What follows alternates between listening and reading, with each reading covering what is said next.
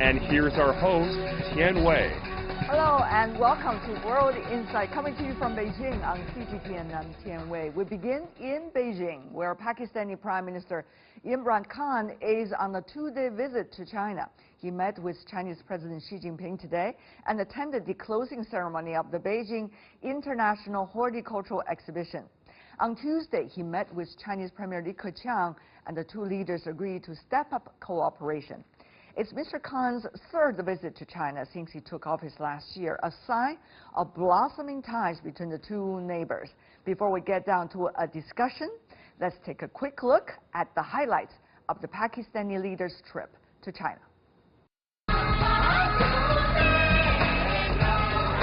With the backdrop of performances at the closing ceremony of the International Horticultural Exhibition, Pakistani Prime Minister Imran Khan's visit to China wrapped up his third since taking office last August.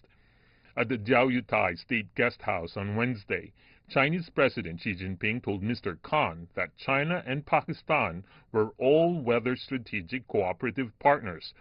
No matter the change in the international and regional situation, President Xi said friendship between China and Pakistan had been unbreakable and rock solid, and China-Pakistan cooperation had always been vibrant. On Tuesday, Chinese Premier Li Keqiang said friendly relations between the two countries, which have no strings attached and are not targeted at any third party, enjoy a profound, solid foundation with the heartfelt support of the two peoples. Li said China had supported Pakistan in safeguarding its independence, sovereignty, territorial integrity, and legitimate rights and interests. Military officials from both countries also met on Tuesday, and they agreed to nurture ties between their armed forces. During his meeting with Premier Li, Mr. Khan said Pakistan was ready to work with China under the Belt and Road and attached great importance to the construction of the China-Pakistan Economic Corridor and Gwadar Port. The two witnessed the signing ceremony for a series of bilateral cooperation agreements, including infrastructure construction, law enforcement and security, culture, education, and media.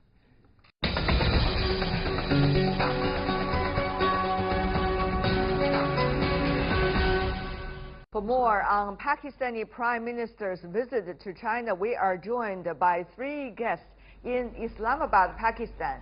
Ijaz Hussain, who is a political and military analyst at Pakistan's Iqra University. In New Delhi, we invited Avinash Godbole, who is an assistant professor who's also a political economist. And joining us in Beijing, last but not least, Zhou Rong, senior analyst from Chongyang Institute for Financial Studies at Renmin University of China. He stayed in Pakistan for more than 10 years as a journalist there. Welcome to the three of you to our program. Mr. Hussain, of course, start from you. Expectations for this visit likely to be what? I think this visit of Pakistani Prime Minister to China is very crucial and is very timely. It is a wonderful opportunity to discuss bilateral relationship in terms of underscoring the importance of CPEC, the China-Pakistan Economic Corridor, which is part and parcel of the China's Belt and Road Initiative.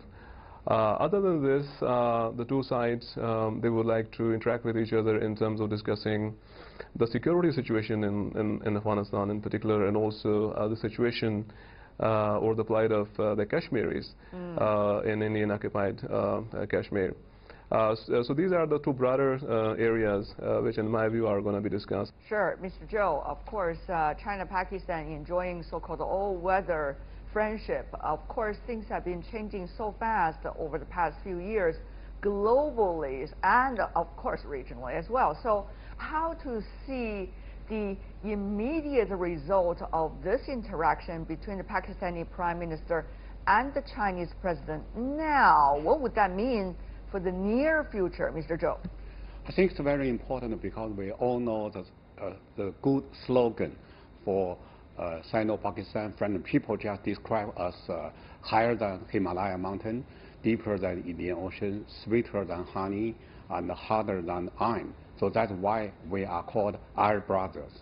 And But right now, that is for current international relations, or the bilateral relations, especially on the second phase of the CPEC. So Chinese and the Pakistan leader need to discuss something more, especially certain kind of regional crisis. And China and the Pakistan leader need to have a very frequent consultation with each other. We can say that recently we noticed one thing, that is within 12 months that the Chinese leader and the Pakistan leaders, I mean Prime Minister Imran Khan and President Xi Jinping, right, and also Prime Minister Li Keqiang just met 3 times. That can see the solidarity of the 2 bilateral relationships. Yeah, well, you know, analogies as beautiful as they are certainly a great way to remember the past, but right now things are much more complicated than just a reminiscence of the past. So, Mr. Zhou, if I could go into some details before we invite in our Indian guest about the issues raised by both sides, Chinese side and Pakistani side. Belt and Road Initiative, of course, the corridor is good for Pakistan's economic development. The question really is, what is China having in mind out of this? Yes, we all know that is for CPEC, we say that the flagship project of the Belt and Road. It is very important to enhance Pakistan economy, especially Pakistan energy and infrastructure as weakness.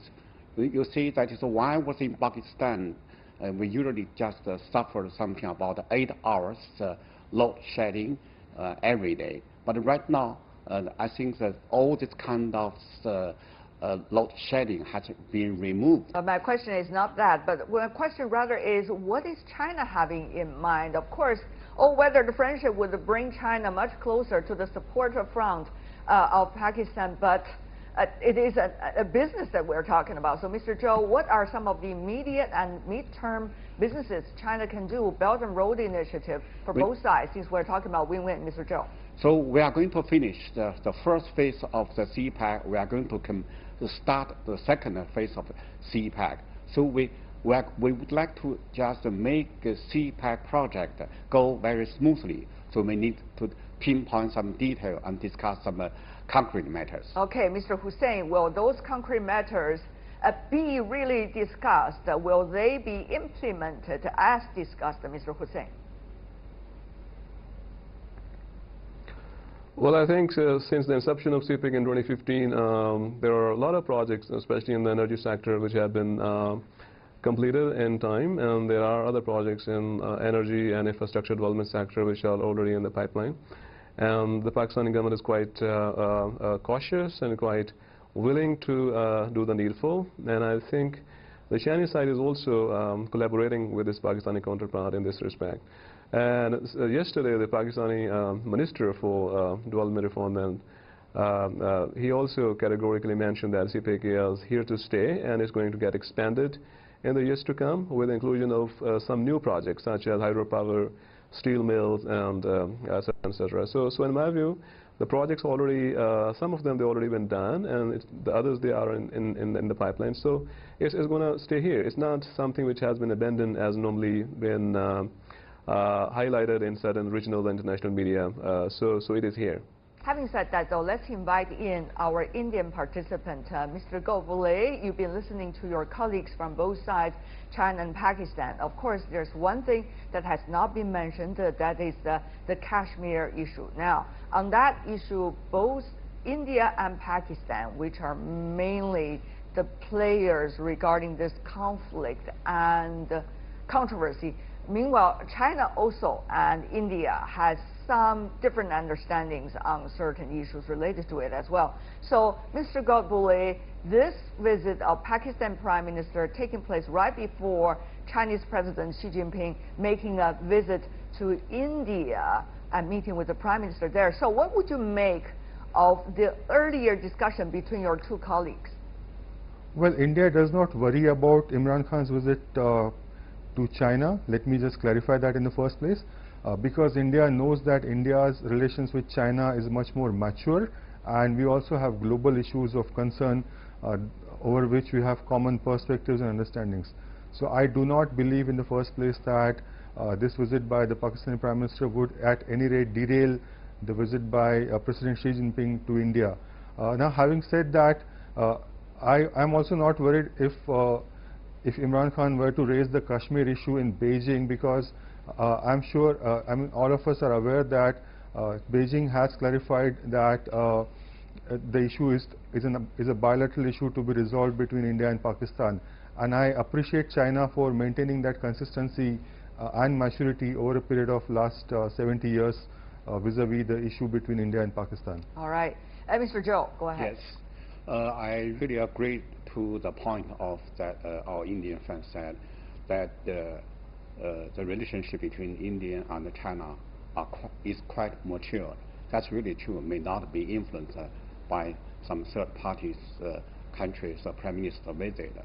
But I would like to highlight here, number one, China will continue to support Pakistan to safeguard its territory integrity and independent sovereignty. But that kind of position may not change.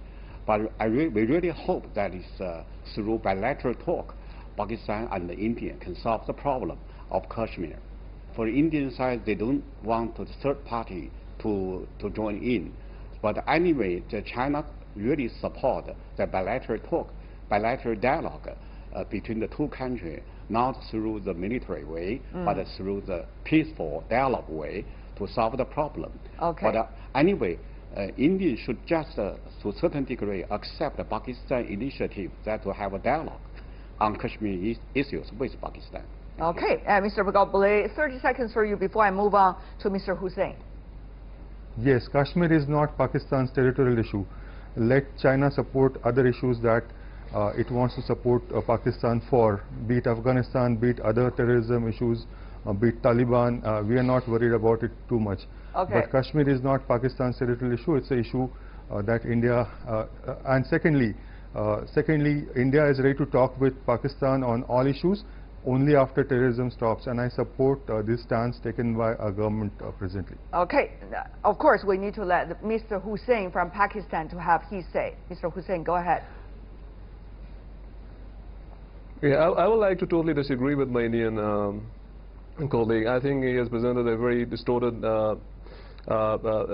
statement of facts, historical fact. For example, the issue of Jammu and Kashmir is bilateral between India and Pakistan. Of course it is, but it is to be decided as per the UN Security Council resolutions, of which China has supported Pakistan multiple times.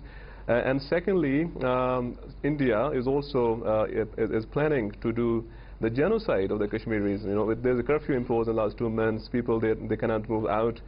There's a food insecurity going on, and also there's a media or communication blackout. So I think the Indian side needs to realize is that Pakistan is a party to the dispute, so is India, and so are the Kashmiris, and this matter is to be resolved internationally as per the UN resolutions. As far as bilateral dialogue between Pakistan and India is concerned, I do second it, but this is something which is to be talked about between two sides, and I think China has a role to play in this regard. And the upcoming visit of Chinese President Xi Jinping to India is a platform where we can raise this issue with his Indian counterpart. Mr. Zhou, of course, as a counterpart of both countries, China to India and to also Pakistan, China is in an important position, but also China is in a sensitive area. So how to keep this balance, to stick to the principles, while at the same time be flexible in being the bridge in a way on certain issues that China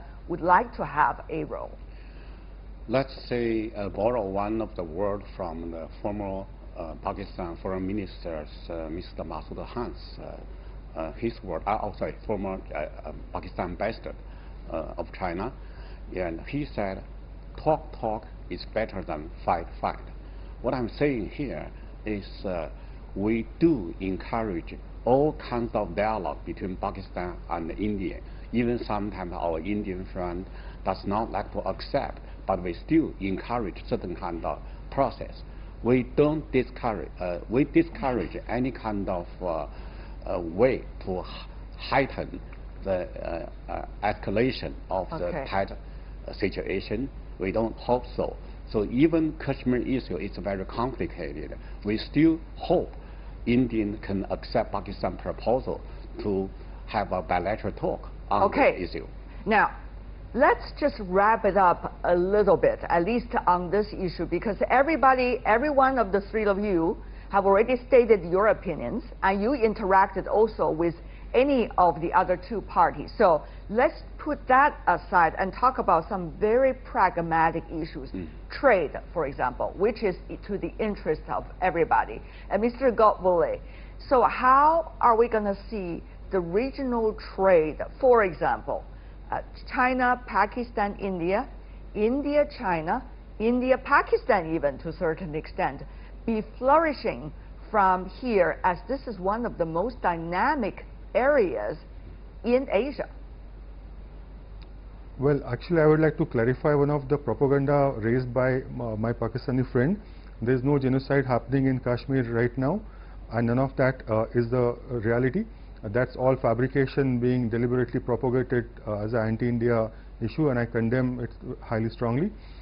India-China trade is a very good, on a better platform right now than where it was. But we are still waiting for China to open up some of the sectors that it had committed to open up. And we are also waiting for China to actualize its promises that it has made to India in the historic visit of Prime Minister Modi in 2014. Some of the issues like Railway University, Skills Park, and the infrastructure development zones in Orissa, and the sectoral investments in Haryana and provinces of Tamil Nadu are actually yet to materialize. So we also hope that while this visit actually leads to some kind of agreements, we need to sit down together as India and China to discuss some of the issues that have not moved forward over the past 5 years. So what you're saying is, Mr. Godbole, mainly India's role is to sit there and wait, because you've been using waiting for 3 times. You know, you are waiting, and you are waiting. Is India's role mainly to wait? India and China have signed enough number of agreements in the past also, glorious agreements in the visits of 2014 and 2015. We need to work on the issues, on the base which have troubled the investment promises made in those agreements also, instead of focusing on signing more new agreements. I see. So India is waiting in the sense of agreements to actualize. Mr. Joe, go ahead. Respond to your Indian colleague. Yeah, for the on the regard of the trade between bilateral trade between India and China, I would like to highlight certain kind of points. Number one is our Indian friends need to promote the quality of its own products. They need to have a more chance to export more to China. Currently, the Indian-China's trade is only 2/3 of the trade between China and Vietnam, and 1/4 of that amount between China and South Korea. So right now, India need to promote its quality of the product to find more opportunity to export to China. That's number one. All right. And and number two is, we need to have a very matured FTA, the free trade agreement, and to enhance within this kind of framework, and China and India can export to each other more. And also, India should also invite more and more Chinese counterpart to invest, to have the joint venture with India to re-export some product made by both India and China to the third countries. Got it. What about for you, Mr. Hussain, from the Pakistan perspective? Bilateral trade between China and Pakistan. Meanwhile, is Pakistan looking at potential of having more trade relationship with India, even though your Indian colleague tried to turn away from that proposal? Well, before I come to the bilateral trade between Pakistan and China, let me reiterate the fact that the Indian guest, I think, is again distorting facts and history. You should read an editorial published in New York Times just a couple of days ago, which highlighted the plight of the Kashmiri people who've been, kind of corner in that region, and there is, of course, there is a planned genocide by this fascist, misogynist, right-winger BJP government led by Narendra Modi. Now, coming to the bilateral trade between Pakistan and China, the volume is increasing with time, and I think currently it has surpassed more than 20 billion US dollars per annum, and there is, of course, a capacity and also potential to enhance and promote bilateral trade by these two countries. And in this regard, I think this visit of Pakistani Prime Minister to China is very handy. Yeah. And lastly, let me finish. I won't mind, in my individual opinion, China-Pakistan Economic Corridor is a very viable project of the BRI, and if regional countries from South Asia, especially Afghanistan or India, if they like to join in my view, that would be a welcome sign, and that would lead to mutual harmony and stability within the region. I see. Mr. Zhou, briefly respond to your Pakistani colleague. Yeah, I really hope that the volume of the bilateral trade between our two countries to promote more. But I think one of the important things which I used to recommend in certain kind of other forum, that is to say, to make a joint venture, that is to say, not necessarily made in China or made in Pakistan, but made in by CPEC. So that is a use CPEC framework to do some more joint venture. And with a Chinese technology, with a Pakistan location, then we can produce some more high quality product to export to the third country, and even the Middle East, even the Central Asia, and some other area. I see. Even we there are a lot of proposals. Invite Indian to join in, such as in Lahore, we can just establish the certain kind of industrial park with the three countries' capital together. Thank you. Mr. Gaubole, you want to respond to that very briefly? Yeah, I mean, one of the issues that has been between India and China vis-a-vis trade has been the opening of a pharmaceutical market. I have seen countless number of Chinese guests coming to India and buying essential things such as cancer drugs and even other requirements for their daily usage. And when you ask them, and that's also in huge quantities, mind you, and when you ask them why don't they support the opening of the sector on that, they just smile at you and they point to some certain WTO regulations. Now my point is, when the rest of the world is consuming pharmaceuticals made in India, which are of good quality, just bilateral, but rather because you already talked about the bilateral, and you've been talking about your three weights. We already heard that. So why don't you respond to Mr. Zhou's proposal about the trilateral possibility? Yes. Is there a possibility or not? Clearly, from your side, of course, I know you are not representing the Indian government, but your analysis, very briefly, three parties, possible or not? Good question. As long as Pakistan is sponsoring terrorism in India, I don't think it's going to happen. Thank you so much for every one of you, the three of you, joining us for this discussion and your input. Avinash Gaubole from India, Ijaz Hussain from Pakistan, and Zhou Rong from China. Thank you so much, gentlemen.